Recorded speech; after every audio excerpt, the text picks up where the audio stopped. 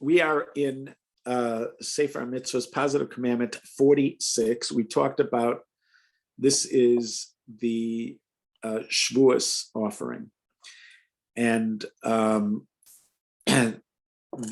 what is unique about this Shavuos offering, which again is going to be the what we're going to call the Musaf offering of Shavuos. This is the additional offering of Shavuos, and it has a unique offering. That is that he commanded us to bring 2 breads of chametz to the temple with the sacrifices that come with the bread on Shavuos. So these loaves are actually risen. They are risen dough. There are 2 exceptions.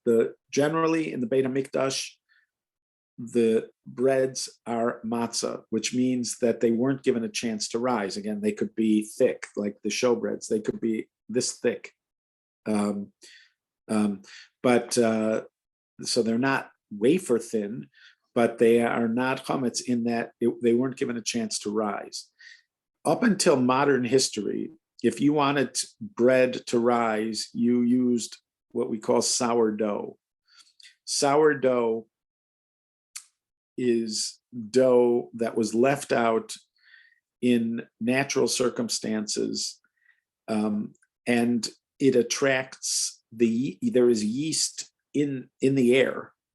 This dough attracts the yeast.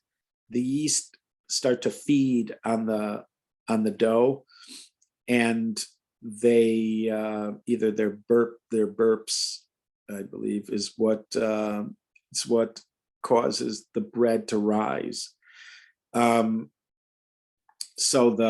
that was how bread became chametz. There's a word that sometimes specifically is referencing the sourdough, which is the word saor. And so saor would be the sourdough specifically that is then added to regular dough. It's already infused. This sourdough is already infused with colonies of yeast. And so very quickly the yeast attach themselves to the new dough and they cause the dough to rise. That's how leavened bread was made up until relatively modern times. The packaged yeast that we now get is just a couple hundred years that they've had packaged yeast. Up until then, it was always sourdough. In the Beis HaMikdash, they are not supposed to use risen dough. There's only 2 exceptions. This is one of them, the 2 loaves for Shavuos. And there is another one, which is there's a Thanksgiving offering that has 40 pieces of bread altogether. 10 out of those 40 were also chametz. We saw before in Mitzvah 45,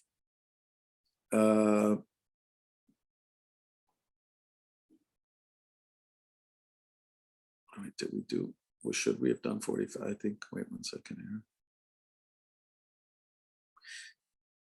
No, we did this. No, this is what we did before. So we saw that the Bikurim, there is this is the beginning of the first fruits, which is what we call Shavuos, which is the 50th day after the beginning of the Omer offering. And also, I mentioned to you that while Pesach is the beginning of the barley harvest, Shavuos is the beginning of the wheat harvest.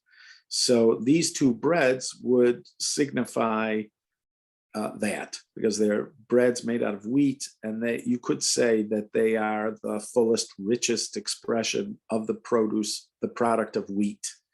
This is the great and rich product of that. It's also interesting kind of contrast to Pesach, whereas Pesach, the great symbol of Pesach, is unleavened bread. Shavuos is specifically leavened bread. It's like you're working towards something. You're beginning in a kind of impoverished state, and then you're working towards something which is often how we think about that time, at least in last few thousand years. It's how we've been thinking about this time, because we tend to think about it as related to Sinai, the event at Sinai. So you're working towards that event at Sinai. You begin in a kind of impoverished state, as the people would have after leaving Egypt, and then you need to work yourself towards that level which is appropriate for receiving the Torah. And we think of those days as kind of step-by-step growing to make to the point where we deserve to receive the Torah. We're kind of growing each day, step by step, towards it. So you could see that sort of played out in the symbolic breads, the breads that you are focused on when it comes to Pesach is matzah, and then the bread of Shavuos is risen, which is sort of interesting. It's also when it comes to matzah, several years ago, my son Moishi and I were researching sourdough bread, and we found out at the time, when I've checked on this, it's not as agreed upon, the actual origins of sourdough bread. But at the time when we were looking at it, it seemed to be agreed upon that the Egyptians really were the ones who, they may not have been the original innovators of sourdough bread, but they were as a culture very much about sourdough bread. If I look at it right now, I wonder what comes up, because I'll try Bing again. Let's see what Bing does here. Okay, you Bing.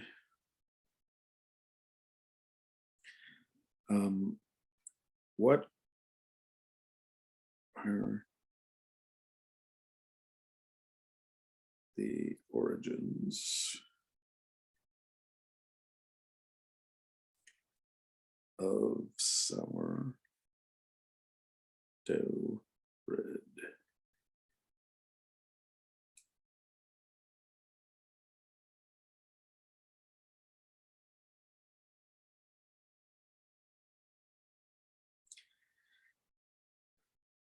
Okay, so they do it. Sourdough is one of the oldest forms of grain fermentation. According to Healthline experts believe it originated in ancient Egypt around 1500 before the Common Era, and remained the main method of leavening bread until baker's yeast replaced it a few hundred years ago. The true origins of sourdough bread are super ancient. We're unable to make a certified claim on where this delicious bread first originated. However, the first recorded civilization that we can fathom with confidence to have made sourdough loaves were the Egyptians in 1500 before the Common Era. I hope that helps you. Let me know if you have any other questions. So I just want you to know, it's almost like they were listening to me, because this is exactly the kind of answer that I was looking for. So if you think about Egypt, 1500 before the Common Era, it's saying they found an answer that said the Egyptians are the originators. Then they say the true origins are earlier. But the first recorded civilization that we can fathom with confidence to have made sourdough loaves were the Egyptians during 1500. Now, 1500, if you go, one second, I might as well just follow this up.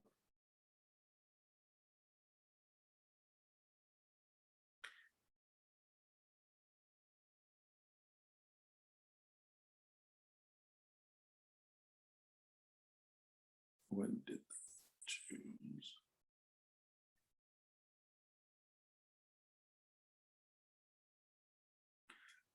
So,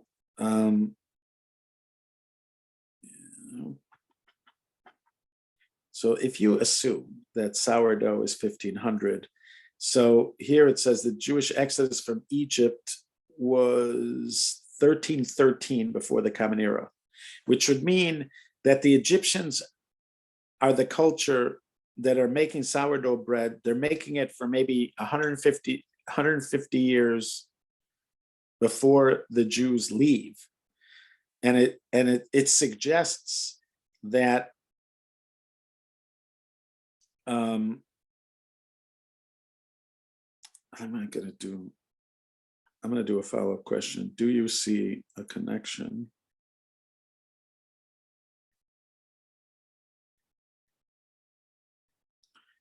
between the origins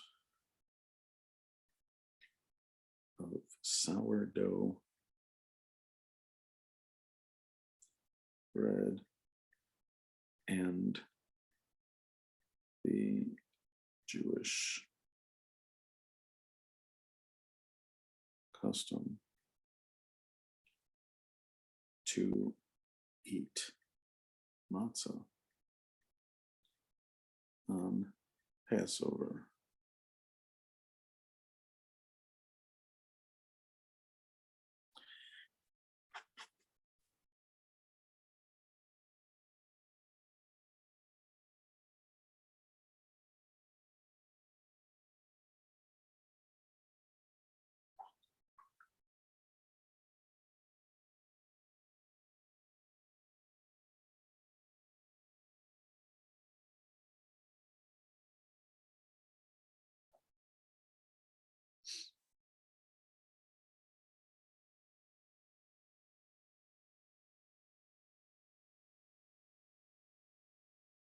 He couldn't answer it. It baffled him. This artificial intelligence, but it's something I wondered, because it was just, is it crazy to think that sourdough, that this is the civilization associated with sourdough bread, not that long before Yetzias Mitzrayim. And then suddenly we have a mitzvah of matzah to come out. And I remember talking about it with Mordechai Becher, who felt that, he also felt that it was too much of a coincidence, but you never see this discussed in the reasons for matzah. You don't see this discussed, but it's sort of interesting contrast then between Shavuos and Pesach, where when we're leaving Egypt, we have to have matzah, but when we're sort of at Sinai, we can have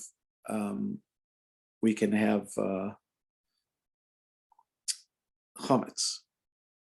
That somehow you might say that we're ready for chametz at Sinai, where maybe we weren't ready when we first left. I don't know.